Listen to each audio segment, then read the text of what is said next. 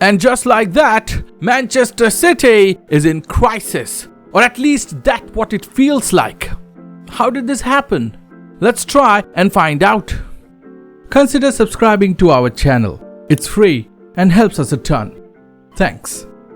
Just like that, Manchester City has lost 4 games on the trot. During this run, they got knocked out of the Carabao Cup, were handed their first losses in the Premier League and the Champions League, and even lost to Brighton for the first time since 2021. This was the first time since 2018 that Manchester City has lost 3 or more consecutive matches in Pep Guardiola's entire career. This is the first time he has lost 4 games on the trot.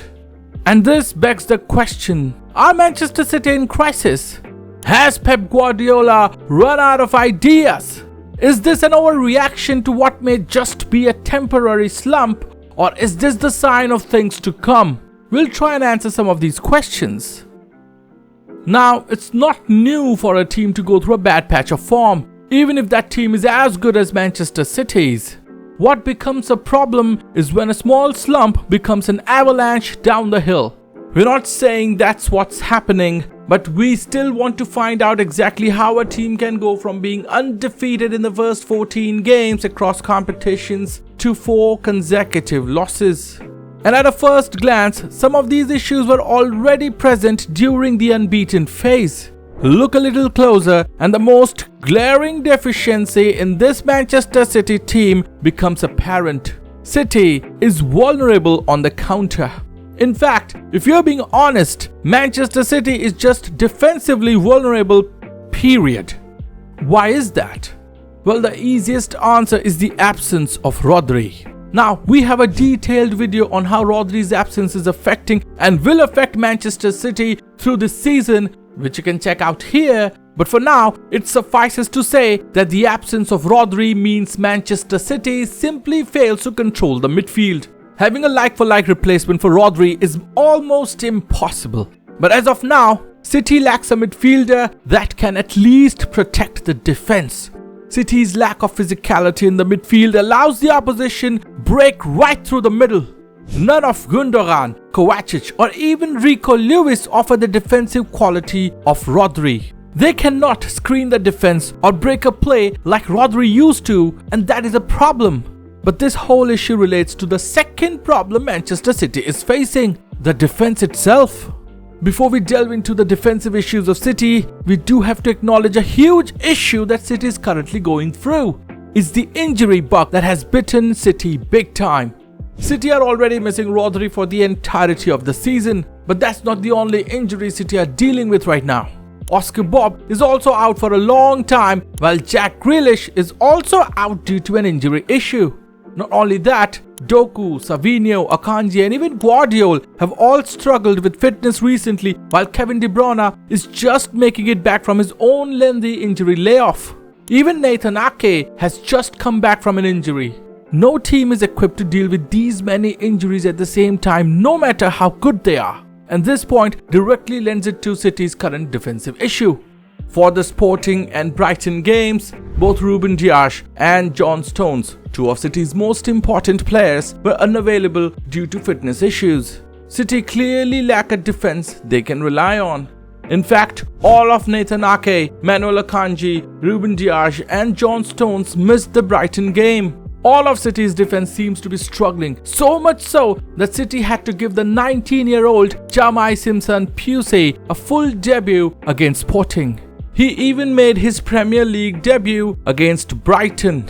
It also doesn't help that Kyle Walker's natural physical decline coupled with a knee injury makes him an unreliable starter. And that means even more pressure on a young Rico Lewis, who's a smart operator but hardly has the physicality yet to do a double duty of inverting into the midfield while also fully dealing with the threats on his side of the pitch.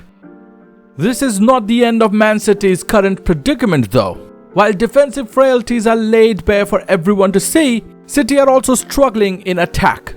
Grealish and Doku being absent is a big factor, but even then, there's not enough incisiveness in the City attack. They have also been profligate in front of the goal, somehow, somewhere, maybe Manchester City is missing Alvarez. Now, we can understand why Alvarez was sold. He was too good of a player to play mere backup to Haaland, but the issue is he was not replaced.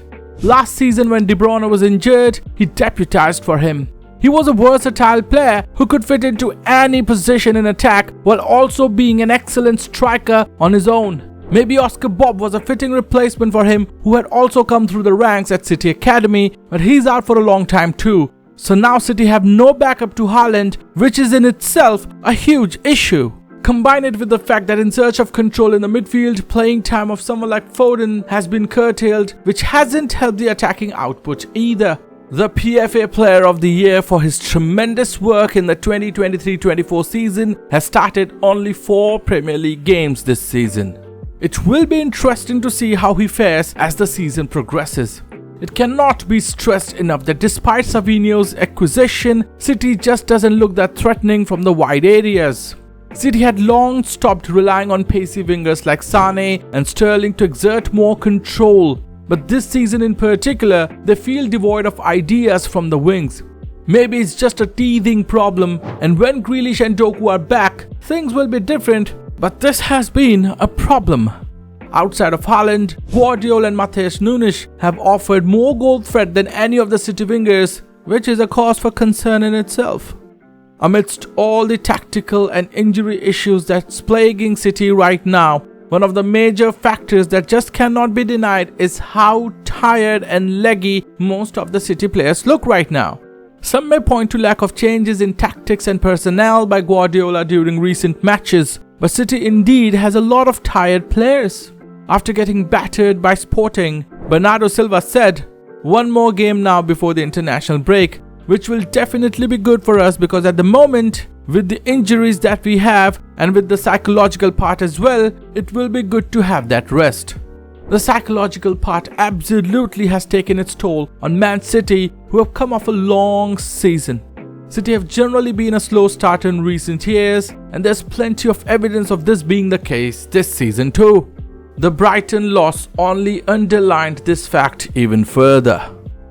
Through all this, Guardiola has presented a brave face, constantly reiterating that the team hasn't been playing that badly. While admitting his side's deficiencies, he has expressed satisfaction at City's fight and desire to get the job done.